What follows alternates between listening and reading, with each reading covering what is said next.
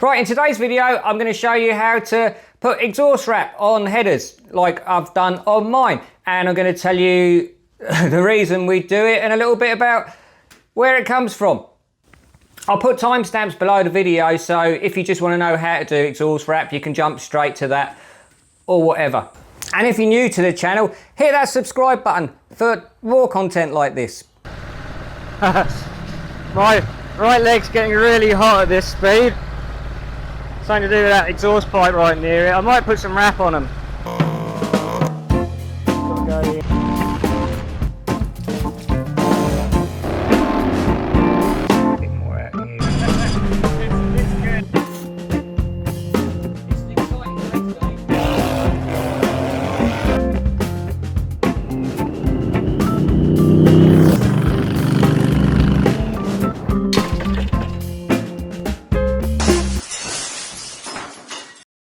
I've always been under the impression that exhaust wrap has been around for a long time, but apparently it was only developed in the 80s. I've done a little bit of digging and a bloke called James White invented it. I came up with a product that would work and was economical enough to sell to the racers. And then he grew the company Thermo Tec, which is still going. Originally, he built a go-kart and he had young kids and he was worried about the kids touching the exhaust and getting burnt. One of the issues I run into was the clumsy little kids I had. So that's why he developed exhaust wrap. There was no internet in them days, so he basically had to get these directories of companies, and he found a company that were into sort of this thermo stuff and developed fire suits. Thomas Register was one of the publications that they come out with that industrial companies and buyers and purchase agents would use. So they made him some samples, and this is how exhaust wrap was developed.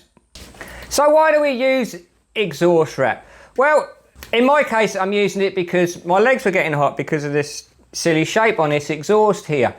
And in my application, I don't believe it gives me any power increase. Well, it might do a little bit. It might help with a bit of scavenging from the turbos, or maybe it does, but it's very minimal. The idea behind it is to actually keep the exhaust temperature in the exhaust rather than radiating out of the exhaust. One, to stop things in the engine compartment getting hot and like air intakes getting hot and stuff like that, and the heat causing problems to things and body parts and stuff like that. And the other is to help the movement of the exhaust and help the scavenging effect, because keeping the exhaust temperature high keeps the exhaust gas thinner and less dense, and then it moves faster, and when it's moving faster it helps the scavenging effect as well. I'm not going to go into what the scavenging effect is in this video, but there'll be videos somewhere about it if you want to know about that. But basically, the cooler, denser exhaust gas doesn't move as fast as the thinner, hotter gas. Where you actually do really get horsepower and efficiency benefits from it is actually wrapping the exhaust before the turbo. This keeps the exhaust temperature inside the exhaust hot, keeps it moving faster, and when it's moving faster, it can spin that turbo faster. And then you get more boost. But in my case, I've got it wrapped after the turbo just to keep the heat off of my legs. On normally aspirated engines, it does help as well because it helps with the scavenging effect, but it's the turbo engines that really benefit from it.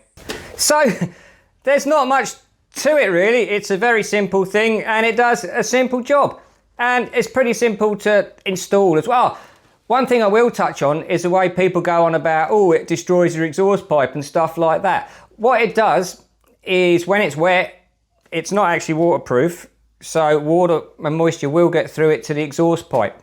But normally the heat will just burn it off. But if you park your bike or car or whatever up with the exhaust still wet, it may cause issues and start corrosion and stuff like that.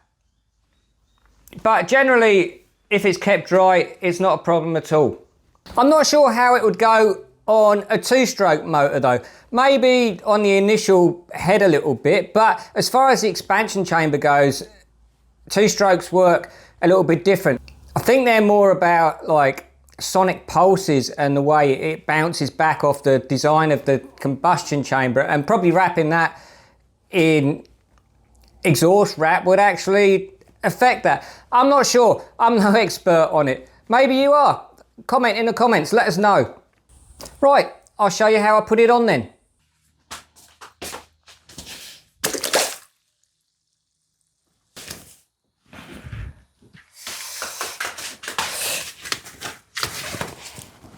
Right, I'm gonna mark me exhaust pipe where it goes into the X pipe with a little bit of tape here so that I can see how far in it goes, because I don't want to put exhaust wrap all the way to the end or I'm not going to get me pipe in. And the reason this pipe is all wobbly in this stupid shape like this is not just to make my leg really hot, which it does, but to actually clear the supercharger when the supercharger's on here, because I am at some point going to run these turbos with the supercharger as well. Oh, why is my back all wet? Yeah, I've got video. I've just twin turboed the bike, if you haven't seen the channel already.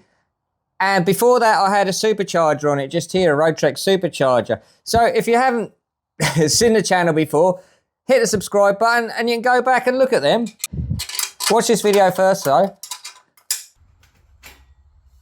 The reason you soak it in water, one is to stop the itchiness getting into your hands and the fiberglass, and two is it swells a bit so that when you put it on the exhaust and it dries out, it shrinks and tightens and is a tighter fit. And it's actually easier to work with and move around when it's wet as well. So I've got some special gloves here I got with some of this, so we can use rubber gloves or any gloves really to stop the itchiness. Health and safety is always priority with me. Now, I'm starting this end as well because this is the bottom, and what I want to do is have the layers going that way so that the water runs off rather than into it.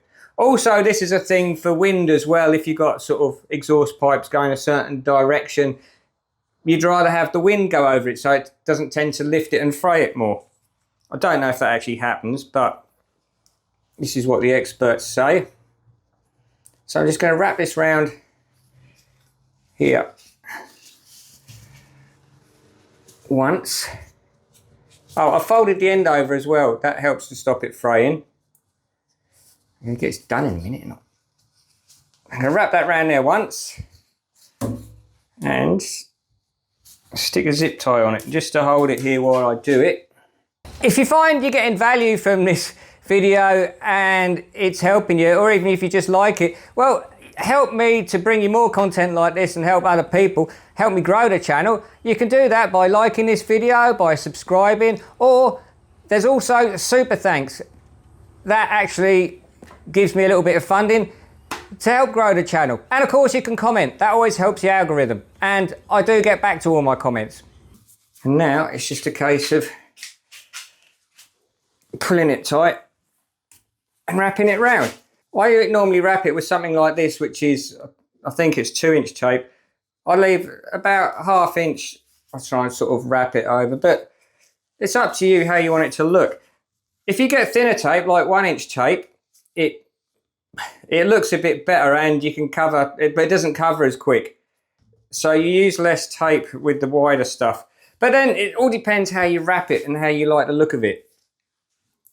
But I try and get it so that you can see where the other one's underneath it. I try and get it sort of close to that.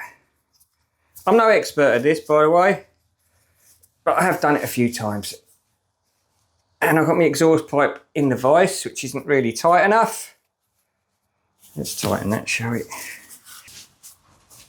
Unfortunately, I had a little nail holding all this together and it's rusted away and put a little rusty mark on. But I think that'll come out. You can paint this fiberglass stuff too with the high temperature exhaust paint. So if I don't like white, I can change it to brown maybe. You've got to get a bit creative where it goes around bends just to see what looks best, but try and get it so that where you can see the outside it looks the neatest, I reckon.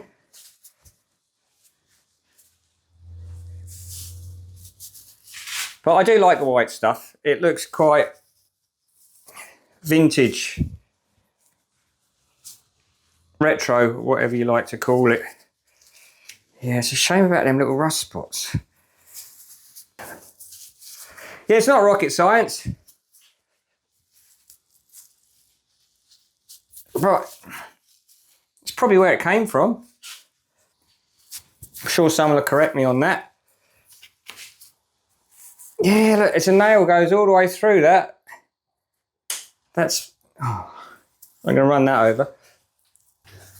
I'm hoping to get both headers out of this roll because I've only got one roll of white. Got 2 rolls of brown, which I might, if this doesn't reach, or if I don't like the white when it's on the bike, I might put the brown on and then paint it black. Because I reckon black will be cool. But I've always liked white. It does actually get moisture through, and it will also hold it there a bit when it's not running as well. So it's a good idea to make sure your pipe's nicely painted beforehand. But this is really good high temperature exhaust paint I've got on this. It looks quite nice, but it just gets too hot. I don't think this is going to make much difference to performance with my setup, because it helps most when it's before the turbo. It keeps the heat in the exhaust and the pressure's up high to really get the turbo spinning better. But this is what I was worried about, this end bit, because I've got this big dump outlet, this big outlet here for the wastegate, which is a weird shape. So this bit's probably not going to look that nice.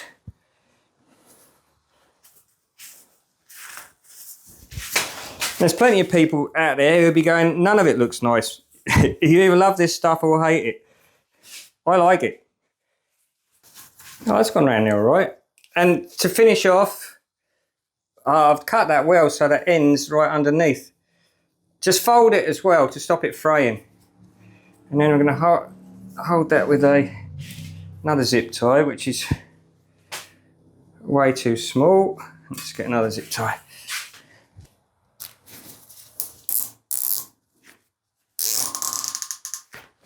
There you have it, job done. Here I got myself an old quarter drive socket and an angle grinder, and we're just going to cut a slot in it.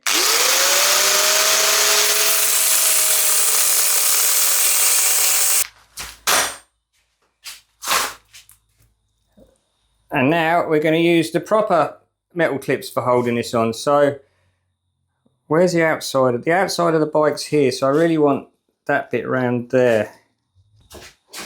Now the rusty old socket with the slot in it. Oh, it's so rusty I can't get it on the extension right. Now that is for this guy here. Stick that on there and roll it under like that, and that will tighten that. I'm going to have to do a bit of work on this to get this to sit right on here. So the other end I can actually cut the zip tie off because the tape it's holding itself on. I'll try and do this without cutting through the tape so it doesn't fray.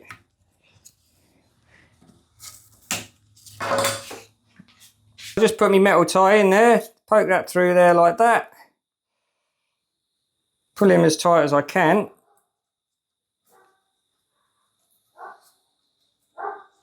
Like that, and then get my special tool I just made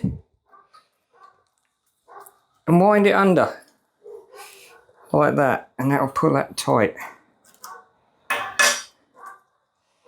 And I can just trim that off with some sharp side cutters.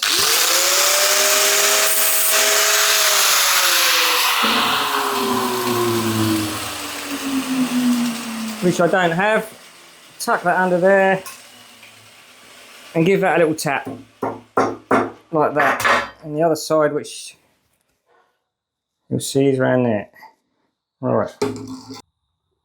I reckon that needs to be black. Really not sure about the white now, but black's a cop out. White, I don't know. We'll see. Right, let's see if we can make a better job of this one. I made a bit of a pig's ear out of the other one. Well, I didn't, it wasn't too bad, but I reckon I could do it better. I was a bit tired. Well, I'm a bit tired now, but we'll have a go. I'm actually going to use black this time, because I'm not really sure what colour I want, black or white. I reckon black will look really cool, but so will white. So I'm going to do one of each, see what it looks like, so I can decide. Oh, that's a bit manky. I'm going to have to cut that off. I need some good scissors. That's what I need. Oh, that's the go. That's better than what I was doing before. You do need about 3 pairs of hands to do this easily. Or actually cut it to the right length to start with, so you're not wielding this great big roll around, which is what I've seen some people do on videos. Actually, I did a bit of research and watched a few videos before I did this, and obviously I've forgotten everything because I didn't measure it all out first.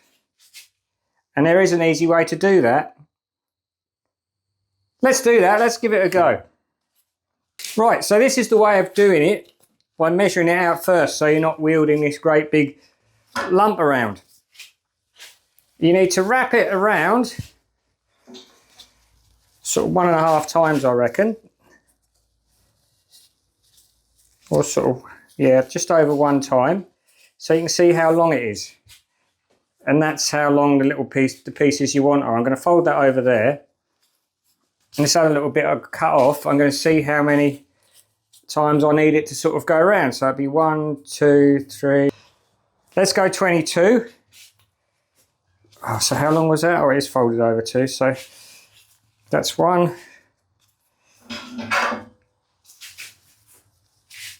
That's 2. 21. 22. I don't trust my calculations, so I'm going to go 23, 24, 25. It's quite a big roll, and I've got another roll as well. So that's where we go in with that. We're going to cut that off there.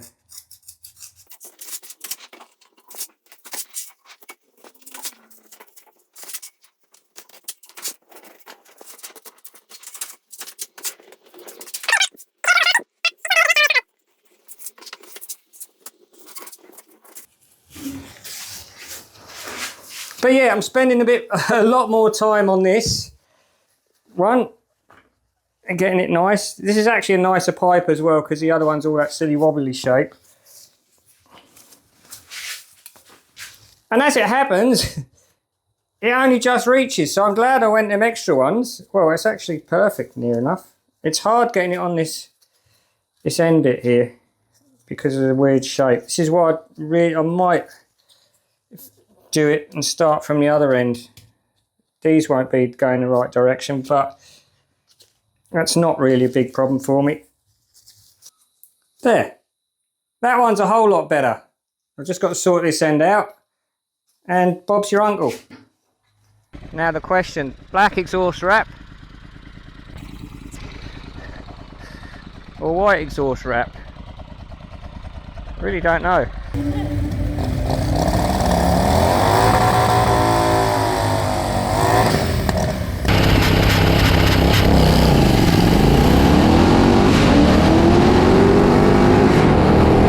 I went for white. Blacks look very tasteful and sort of inconspicuous, but that's not me. I'll put a link in the description for the video I used for clips for Thermo Tec in a description. It's a pretty cool video. I've been using the bike a lot because it's been my daily, because the bug's been broken, so I've been using it as my only daily driver, and they've stayed pretty clean. I've still got the little brown spots from the rusty nail, but it's worked out well. I'm happy with it. I guess that's a wrap then. Have a great day.